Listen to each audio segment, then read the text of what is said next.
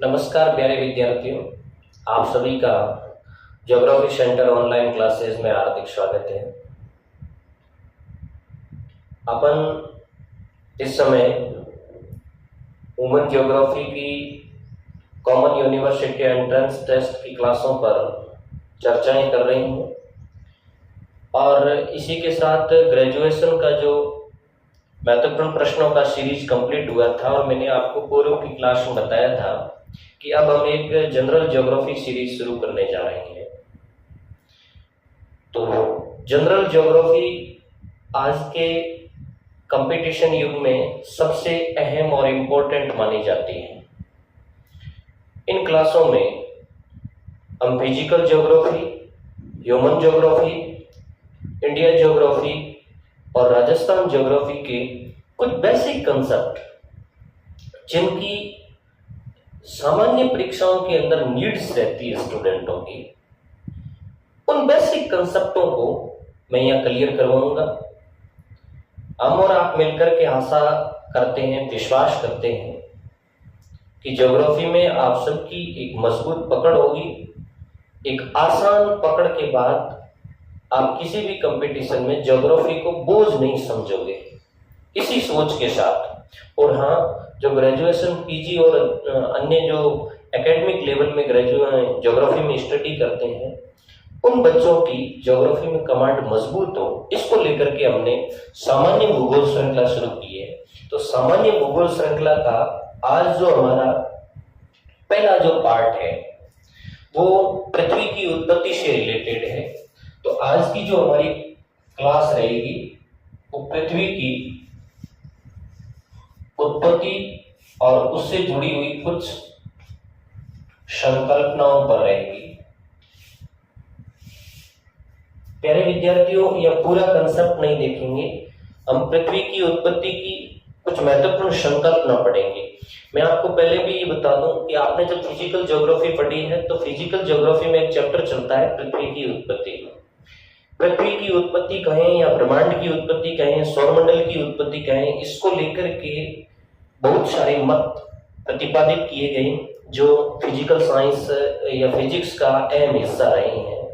और natural science से geography के अंदर ये टीचिंग मटेरियल आया और उसको ज्योग्राफी ने हूबहू शामिल कर लिया। तो पृथ्वी की उत्पत्ति एक साइंटिफिक लॉजिक है और उस साइंटिफिक लॉजिक को ज्योग्राफी में पढ़ा जाता है। पृथ्वी की उत्पत्ति को लेकर के कई विद्वानों ने अपने अपने मत दिए। उत्पत्ति को लेकर के दो तरह की धारणा है। एक धारणा है एक तारक या अद्वैतवादी धारणा। एक तारक या अद्वैतवादी धारणा और दूसरी है द्वैतारक या द्वैतवादी धारणा। और कुछ आधुनिक विद्वान आए जो वैज्ञानिक मत प्रतिपादित करते हैं, उनके मत भी देखेंगे। एक तारक या अद्वैतवादी धारणा वाले विद्वान कहते हैं कि पृथ्वी अर्थात सौरमंडल की उत्पत्ति। मैं आपको एक चीज ये कंसेप्ट क्लियर कर दूं, यहाँ केवल पृथ्वी की उत्पत्ति नहीं बल्कि सौरमंडल की उत्पत्ति भी पूरी बताई गई है। पृथ्वी जिस समय सौरमंडल पैदा हुआ उसी समय पृथ्वी साथ में पैदा हुई थी, इसलिए केवल पृथ्वी की उत्पत्ति नहीं समझ रहे हैं, हम संपूर्ण सौरमंडल की उत्पत्ति समझ रहे हैं। तो जो अद्वैतवादी धारणा के विद्वान है वो ये कहते हैं कि इस पूरे सौरमंडल की उत्पत्ति किसी एक आकाशीय पिंड से हुई। एक तारक मतलब एक तारे से हुई, यहाँ तारे का तात्पर्य एक आकाशीय पिंड है। और द्वैतारक या द्वैतवादी धारणा वाले मानने वाले लोग ये कहते हैं कि पृथ्वी की उत्पत्ति दो या दो से अधिक आकाशीय पिंडों से हुई या दो से अधिक तारों से हुई। अब बहुत सारे विद्वानों का मत है। इस क्लास के अंदर हम एक तारक अद्वैतवादी धारणा में से दो धारणाओं को हम पढ़ने की कोशिश करेंगे। हालांकि पहली क्लास में एक धारणा के बारे में आपको कंसेप्ट बताऊंगा। सबसे पहले कास्तेदा बोफन ने दी थी एक तारक अद्वैतवादी धारणा। उसके बाद इसमें सबसे इंपॉर्टेंट एक धारणा आती है कांट की। आपने कांट नामक विद्वान के बारे में सुना होगा। कांट ने पृथ्वी की उत्पत्ति की एक संकल्पना दी, वायवीय राशि परिकल्पना।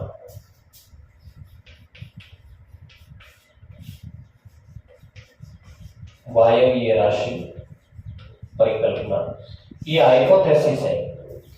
हाइपोथेसिस इस बात को इंगित करती है कि ऐसा हुआ होगा, साइंटिफिक लॉजिक नहीं है उसके पीछे, ये थियरी नहीं है, ये हाइपोथेसिस है, परिकल्पना है कि ऐसा हुआ होगा, तो उसके पीछे साइंटिफिक लॉजिक कम रही है। तो वायवीय राशि परिकल्पना किसने दी? कांट ने। देखो प्यारे विद्यार्थियों, मैं इसको विस्तार से भी समझाऊंगा, आपको ये भी बताऊंगा कि कहां से प्रश्न उठने की संभावना है।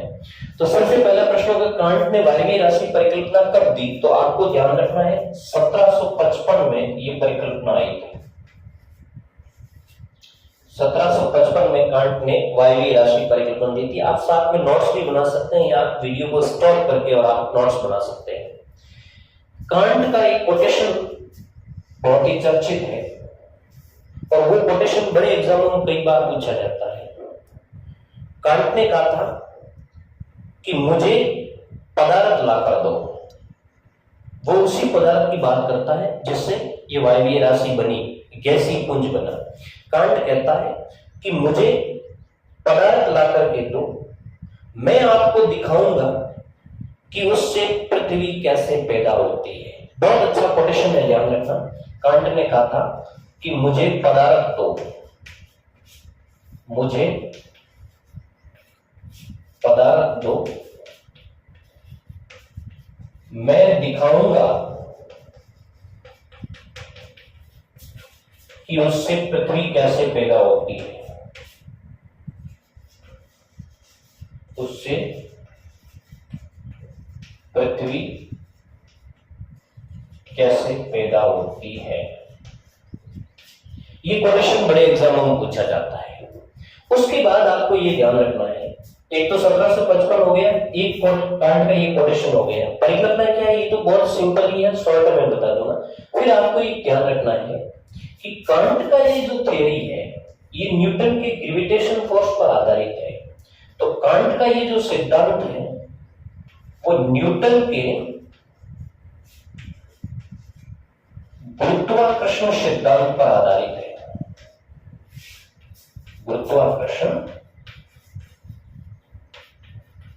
सिद्धांत पर आधारित है। बहुत अच्छा चैप्टर है ये। गति, टकराव और गति का जो ग्रेविटेशन थ्योरी है, उस थ्योरी को बेस मान करके कांट ने ये थ्योरी दी थी। तो कांट का ये जो सिद्धांत है ये न्यूटन के गुरुत्वाकर्षण सिद्धांत पर आधारित है। देखो, सबसे पहले कांट ये मानता है कि ब्रह्मांड की उत्पत्ति से पहले कुछ गैसीय कण इस ब्रह्मांड के अंदर फैले हुए थे, जिन्हें कांट ने आद्य निर्मित देवकण की संज्ञा दी है। आद्य कण, इनको वो कहता है कि ये देव निर्मित आद्य कण है। देव निर्मित आद्य कण। कांट कहता है कि अतीत काल के अंदर जब ब्रह्मांड पैदा नहीं हुआ था, जब सौरमंडल पैदा नहीं हुआ था, उस समय इस सौरमंडल की जगह कुछ आद्य कण थे जो देव निर्मित कण थे और वो बिखरे हुए थे। अब यहां से एक प्रश्न बनेगा, इसकी उन्होंने एक विशेषता बताई कि ये कठोर, शीतल और गतिहीन थे। ये चीजें आपको ध्यान रखनी है। इन कणों की वो विशेषता क्या बताता है कि ये कठोर थे, शीतल थे और गतिहीन थे। ये तीनों शब्द याद रखना, बड़े एग्जाम की दृष्टि से बहुत इंपॉर्टेंट है। आद्य कण कठोर, शीतल और गतिहीन कण थे। फिर आगे वो कहता है कि इन कणों में आपसी टकराव होती है। आगे वो कहता है कि आपसी टकराव हुआ। ये बहुत इंपॉर्टेंट चीज है। यहीं से सौरमंडल की उत्पत्ति की शुरुआत मानता है कांट, कि देव निर्मित आद्यकण थे, आद्यकणों में आपसी टकराव हुआ, आपसी टकराव से ताप पैदा हुआ और ताप पैदा होने से ये कण है वो गति करने लगे, अर्थात ये कण भ्रमणशील हो गए। कंसेप्ट को समझ में आ रहा है? ब्रह्मांड में क्या था? आद्यकण थे, फिर क्या हुआ? आद्यकणों में टकराव हुआ। किसकी वजह से हुआ? वो कहता है ग्रेविटेशन की वजह से हुआ। क्लियर? ग्रेविटेशन से आपसी टकराव हुआ, टकराव हुआ तो करंट कहता है क्या पैदा हुआ? टेम्परेचर और गति, और वो कण भ्रमणशील होने लग गए। आगे वो कहता है कि ताप बढ़ने से, ताप के बढ़ने से ये जो शीतल ठोस पिंड थे, जो कठोर पिंड थे, ये गैसीय राशि में बदलने शुरू हो गए। तो ताप के बढ़ने से गैसीय पुंज आया। कंसेप्ट समझ में आ गया? टेम्परेचर बढ़ा, टेम्परेचर बढ़ने से गैस, जो शीतल ठोस कण थे, गति तो आपको समझ में आ गई, पहले वो गतिहीन थे, जैसे ही टेम्परेचर आया तो उसमें गति आ गई। वो पहले शीतल थे, टेम्परेचर बढ़ा तो वो गर्म हुए। वो पहले कठोर थे, अब ज्यादा टेम्परेचर बढ़ा तो वो किस में आ गए? गैसीय पुंज में आ गए, अर्थात वायवीय पुंज में आ गए। तभी तो ये कहते हैं ना वायवीय, वायवीय का मतलब होता है गैसीय। तो यहां वो कहता है कि वो वायवीय अवस्था में आ गए, मतलब गैसीय अवस्था में आ गए। और अब एक निहारिका पैदा हुई। शीतल गतिहीन पदार्थ जब तप्त गतिशील बने, ये जो शीतल कठोर गतिहीन पदार्थ थे और तप्त गतिशील पदार्थ बने, तो अब एक निहारिका की उत्पत्ति हुई। आप कहोगे सर निहारिका की बात तो कोई और विद्वान करता था, कांट भी करता है। ध्यान रखना, कांट भी निहारिका की बात करता है। तभी तो बड़े एग्जामों में कई बार प्रश्न पूछा जाता है कि कौन निहारिका परिकल्पना से संबंधित नहीं है, और हम ये ले बैठते हैं कि निहारिका परिकल्पना तो केवल लाप्लास ने दी थी। ऐसा नहीं है, कांट भी निहारिका की बात करता है, लेकिन वो मूल रूप से निहारिका की बात नहीं करता है। उन कठोर, ठोस और शीतल पिंडों के अंदर, कणों के अंदर जब गति पैदा होती है, टेम्परेचर आता है, तो फिर वो गैसीय निहारिका में परिवर्तित हो जाते हैं। अब तीन काम हुआ इस कंडीशंस में, तीन काम हुआ जो अक्सर बड़े एग्जाम में पूछा जाता है, जिसको कांट ने नोट किया है। एक तो निहारिका में घूर्णन आया, एक निहारिका के आकार में वृद्धि हुई, और एक परिभ्रमण गति में वृद्धि हुई। अब ये जो निहारिका आई है, टेम्परेचर बढ़ने की वजह से निहारिका में तीन काम हुए, और ये तीन काम कांट कहता है कि एक तो निहारिका में घूर्णन आया, नंबर एक। नंबर दो वो बात करता है आकार में वृद्धि हुई, आकार में वृद्धि हुई, और तीसरी वो परिभ्रमण वृद्धि की बात करता है, परिभ्रमण में भी वृद्धि हुई। बात समझ में आ गई? तापमान में वृद्धि हुई तो गैसीय पुंज निहारिका बनी। फिर जैसे जैसे टेम्परेचर बढ़ता गया तो तीन काम हुए। ये तीन काम आपको याद रखने हैं। नंबर एक, घूर्णन क्रिएट हुआ। नंबर दो, घूर्णन में वृद्धि हुई, जैसे टेम्परेचर बढ़ता गया घूर्णन में वृद्धि हुई। और नंबर तीन, आकार में वृद्धि हुई। टेम्परेचर बढ़ता गया और आकार में वृद्धि हुई, और परिभ्रमण में वृद्धि हुई। गति में भी वृद्धि होती है, ये भी ध्यान रखना है आपको। यहां गति में भी वृद्धि होती है, गति में वृद्धि, हालांकि ये परिभ्रमण वृद्धि इसी से रिलेटेड है। देखो, ये यही चीज बाद में जाकर के कांट की आलोचना बनती है। और ये जो इसका जो बेसिस था न्यूटन का ग्रेविटेशन फोर्स, टेम्परेचर बढ़ना, गति पैदा होना, टेम्परेचर बढ़ना और गति पैदा होना और गति में वृद्धि होना, ये ग्रेविटेशन बेस्ड नियम है।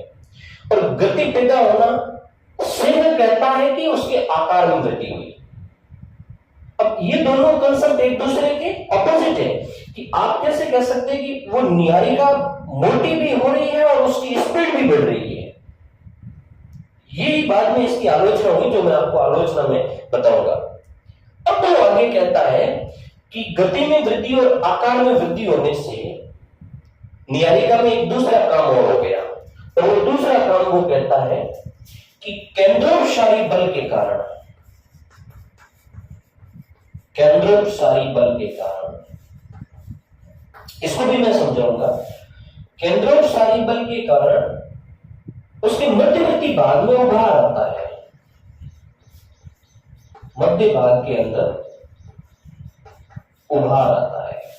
इस बात को जरूर पकड़ना, क्योंकि उस निहारिका से जिन ग्रहों की वो बात करता है, जिस सूर्य की वो बात करता है कि वो बने, उसके पीछे वो केवल और केवल एक फोर्स को मानता है जिम्मेदार। आकर्षण तो है ही है, लेकिन निहारिका को तोड़ने के पीछे कौन सा बल जिम्मेदार है? केंद्रोपसारी। तो वो जो निहारिका बनी, जैसे ये जो निहारिका बनी थी, ये निहारिका, अब वो कहता है कि जब इसके घूर्णन में वृद्धि हुई तो इसके मध्यवर्ती भाग में उभार आया। ये मध्यवर्ती भाग है, ये उभरता है ऐसे ऐसे, समझ में आ रहा है बात? जैसे जैसे मध्यवर्ती भाग में उभार आया, किसकी वजह से आया? केंद्रोपसारी बल के कारण। क्या है केंद्रोपसारी बल? तो आपने फिजिक्स में पढ़ा होगा कि किसी भी अपने अक्ष पर घूमते हुए पिंड के द्वारा अपने केंद्र से बाहर की ओर धकेलने वाला एक फोर्स क्रिएट होता है, एक बल क्रिएट होता है, उसको कहते हैं केंद्रोपसारी बल। जैसे हम अपने पैर पे खड़े हो जाए और अपने हाथ को फैला करके तेज गति से ये चारों तरफ घूमे, तो अपन को ऐसा फील होगा कि मेरा हाथ टूट करके बाहर जा रहा है। वो एक केंद्रोपसारी बल का परिणाम है।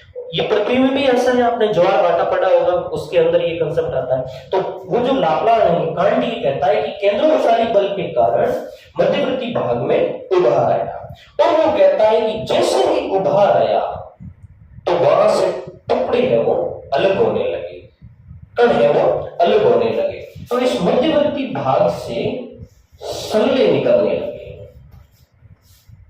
सल्ले निकले, यानी पदार्थ अलग हुए, और यही सल्ले बाहर जाकर के ठोस पिंड बने। ध्यान रखना, एक ही निहारिका से 9 सल्ले निकले, एक ही निहारिका से 9 सल्लों की बात कर रहा है ये।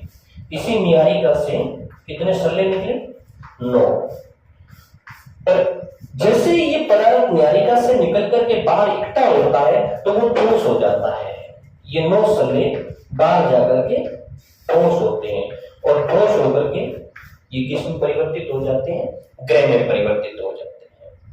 इस तरीके से जो सल्ले, जो 9 ठोस सल्ले बाहर निकले थे, बाहर निकल करके ठोस हुए थे, उनसे वो 9 ग्रहों की बात करता है। और जो शेष भाग रहा था निहारिका का जो शेष भाग बचा था, उससे वो कहता है कि सूर्य का निर्माण हुआ। समझ में आ गई बात? मोटा मोटा कंसेप्ट ये कि देव निर्मित आद्यकण थे। विशेषता क्या है? कठोर थे, शीतल थे और गतिहीन थे।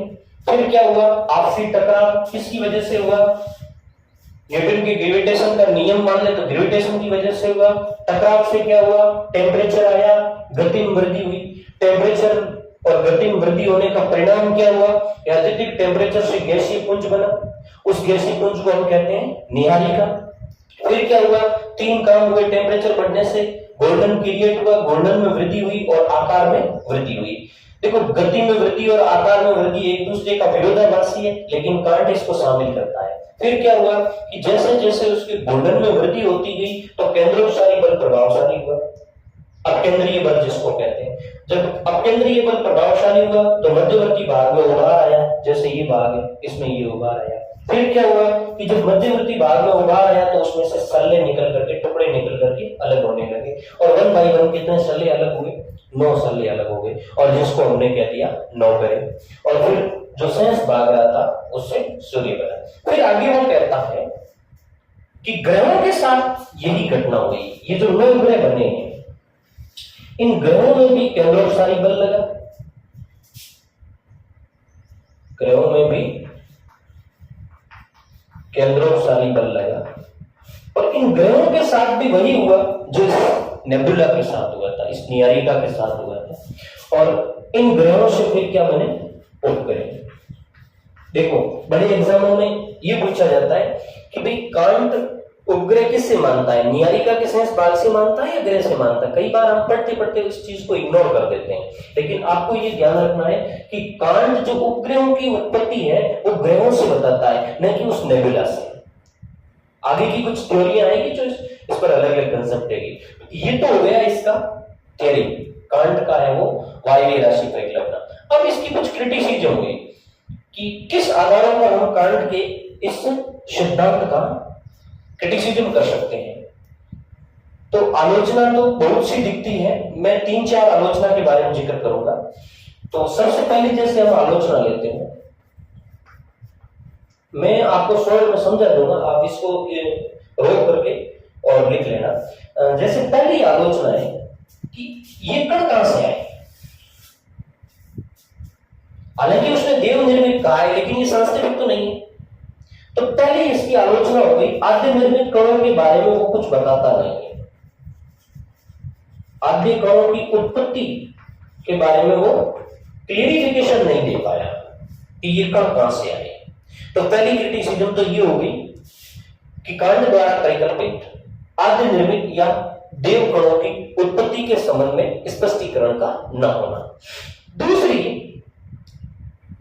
दूसरा जो उसका जो क्रिटिसिज्म था वो था कि कणों में जो आपसी टकराव हुआ है उससे ये कहता है कि घूर्णन गति आई, ये फिजिक्स के नियमों के विरोध है कि टकराव से गति का पैदा होना ये भौतिकी के नियमों के खिलाफ है। तो टकराव से गति, इसका भी विद्वानों ने विरोध किया। टकराव से गति का पैदा होना ये गलत है, ऐसा फिजिक्स के नियम में नहीं हो सकता। और इतना गतिशील होना कि उससे मध्यवर्ती भाग में उभार आ जाए, सल्ले अलग हो जाए, ये चीज थोड़ी सी विवादास्पद लगती है। और एक चीज इसने बताई, ये जो मैंने पहले भी कहा कि एक तरफ तो वो कह रहा है कि गति में वृद्धि हो रही है और दूसरी तरफ वो कह रहा है कि आकार में वृद्धि हो रही है। तो आकार में वृद्धि और गति में वृद्धि ये एक दूसरे के विरोधाभासी है। आकार व गति दोनों में वृद्धि विरोधाभासी है,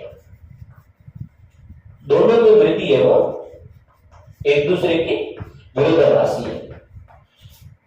ये बहुत अच्छी क्रिटिसिज्म है, बिल्कुल साइंटिफिक है कि भाई किसी भी पिंड को, जैसे उदाहरण के तौर पर आपके हाथ में एक पत्थर है, एक छोटा सा पत्थर है और एक बहुत बड़ा पत्थर है, आप उस पर कोई फोर्स लगा रहे हैं, तो एक छोटे वाले पत्थर पे लगाएंगे फोर्स से छोटे वाले पत्थर की गति बढ़ेगी, और एक बड़े वाले पर आप फोर्स लगाओगे तो उसकी गति उतनी नहीं बढ़ेगी जितनी छोटे वाले की बढ़ी है। तो आकार में वृद्धि होने से गति में वृद्धि होना ये विरोधाभासी है। तो ये भी इसकी एक क्रिटिसिज्म है। और एक क्रिटिसिज्म उनकी कोणीय आवेग नियम से की गई है। फिजिक्स के अंदर एक थ्योरी है कोणीय संवेग का नियम। किसी भी पिंड के चारों ओर चक्कर लगाते हुए अपने अक्ष पर घूमते हुए आकाशीय पिंड विभिन्न एंगल पे घूमते हैं, विभिन्न कोण पे घूमते हैं, तो उसकी गति उन कोण के द्वारा नियत होती है। इसको समझाने के लिए फिजिक्स के अंदर एक थ्योरी है कोणीय आवेग का नियम। कोणीय आवेग के नियम की जब एक्सप्लेन की गई, व्याख्या की गई, तो जिस मास से कोई पिंड बनता है उस मास का कोणीय आवेग, जैसे निहारिका से पिंड बना तो टोटल जो निहारिका का कोणीय आवेग था वो डिवाइड हो गया ग्रह, उपग्रह और सूर्यों के अंदर। आपको पता है कि इसमें से सल्ले निकल करके बने, एक बहुत बड़ा भाग पीछे अवशेष रहा है जिसको हमने सूर्य कहा है। तो फिजिक्स की भाषा में कहें तो सूर्य का कोणीय आवेग ज्यादा होना चाहिए और बाकी वाले ग्रहों का समेशन करके, उसको योग करके उसका कोणीय आवेग करे तो वो सूर्य से कम होना चाहिए। लेकिन जब विद्वानों ने ग्रहों, उपग्रह अर्थात सौरमंडल के सारे कोणीय आवेग को मापा तो ये पाया कि संपूर्ण सौरमंडल के कोणीय आवेग का 98% हिस्सा ग्रहों और उपग्रहों में पाया जाता है, यानी ग्रहों में पाया जाता है, और 2% हिस्सा है वो सूर्य में पाया जाता है। तो ये तो उस फिजिक्स की जो थ्योरी है, इस न्यायिका से पैदा होने के पीछे जो कोणीय आवेग की थ्योरी है, वो बिल्कुल गलत हो गई। क्योंकि कोणीय आवेग सूर्य में ज्यादा होना चाहिए, जबकि सूर्य के अंदर तो मात्र 2% ही कोणीय आवेग है, और बाकी वाले ग्रहों के अंदर कोणीय आवेग सूर्य से कम होना चाहिए, लेकिन वो सूर्य से बहुत अधिक है। तो इसकी जो चौथी क्रिटिसिज्म हुई है वो कोणीय आवेग के नियम पर आधारित है। तो कोणीय संवेग का वितरण सही नहीं है, कोणीय संवेग का वितरण है वो गलत है, और वो इस पूरे कंसेप्ट को गलत कर देगा। देखो, ये इसका क्रिटिसिज्म है, इन 4 आधारों पर इसका क्रिटिसिज्म किया गया है, और ये जो क्रिटिसिज्म है इसको आप जरूर याद रखना, ये बेसिक क्रिटिसिज्म है। ये गति में वृद्धि, देखो तापमान में वृद्धि होने से गति में वृद्धि हुई, क्रिटिसिज्म तो यही हो गया, और गति में वृद्धि होने के साथ साथ आकार में वृद्धि हुई, ये कंसेप्ट एक दूसरे का विरोधाभासी है। तो जो कांट का मूल कंसेप्ट था गति को क्रिएट करने, जो न्यूटन के ग्रेविटेशन पर आधारित था कि गति कैसे पैदा होती है, इस सिद्धांत का मूल मैसेज ही गलत हो गया। तो विद्वान कहते हैं कि कांट ने जो परिकल्पना दी थी उसका मूल आधार ही गलत है, इसलिए ये कांट की परिकल्पना वास्तविक तथ्यों पर आधारित न होकर काल्पनिक या मनगढ़ंत तथ्यों पर आधारित है।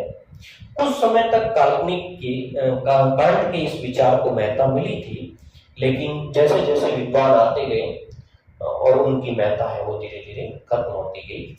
1755 के अंदर इन्होंने ये हाइपोथेसिस दी थी, और उसके लगभग 40 साल बाद, 40-41 साल बाद फ्रांसीसी विद्वान, ये जर्मन विद्वान था, याद रखना, कई बार ये भी एग्जाम में प्रश्न पूछा जाता है, कांट कौन का था, ये जर्मन विद्वान था।